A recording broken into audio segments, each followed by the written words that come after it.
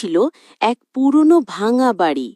লোকেরা বলতো ওখানে ভূত থাকে, কিন্তু তিনজন সাহসী বন্ধু, রাহুল, তানিয়া আর বাবু, তারা ভয় পায় না।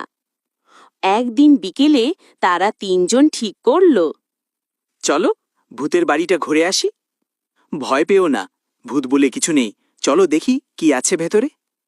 আমি তো একটু ভয় পাচ্ছি রে, যদি সত্যি ভূত থাকে। ভূত যদি থাকে বলবো, ভাই চলো আমাদের সঙ্গে ক্রিকেট খেলো। তারা হাঁটতে হাঁটতে বাড়ির সামনে এলো। চারদিকে ঝিঝি পোকার আওয়াজ, কুকুরের ডাক, হঠাৎ এক ঝাপটা হাওয়া, আর তারা বাড়ির ভেতরে ঢুকে গেল। পুরো বাড়ি অন্ধকার, দেয়ালে জাল, জানালার কাঁচ ভাঙা, মেঝেতে ভাঙা চেয়ার। হঠাৎ একটা দরজা ধাই করে বন্ধ হয়ে গেল। ও মা, দরজা বন্ধ হয়ে গেল, এখন কি করব? চুপ, ভয় পেও না। বাবু, টর্চ আছে তো? আছে, এই নাও, আমি জ্বালিয়ে দিচ্ছি। আলো জ্বালাতেই দেয়ালে দেখতে পেল একটা অদ্ভুত লেখা, ভয় পেও না, আমি তোমাদেরই এক বন্ধু।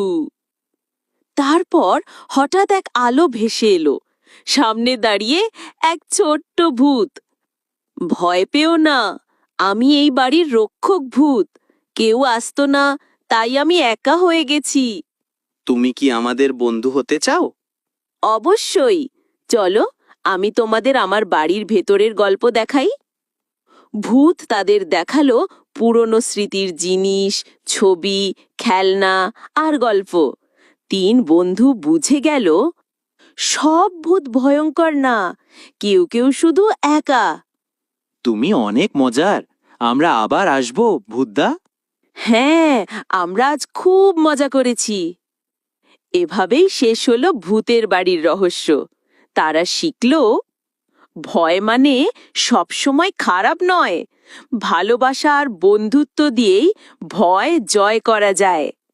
তোমাদের কেমন লাগলো আজকের গল্প? পরের পর্বে দেখা হবে আরেকটা রহস্য নিয়ে। ততদিন পর্যন্ত ভয় পেও না, কারণ তুমি একা না।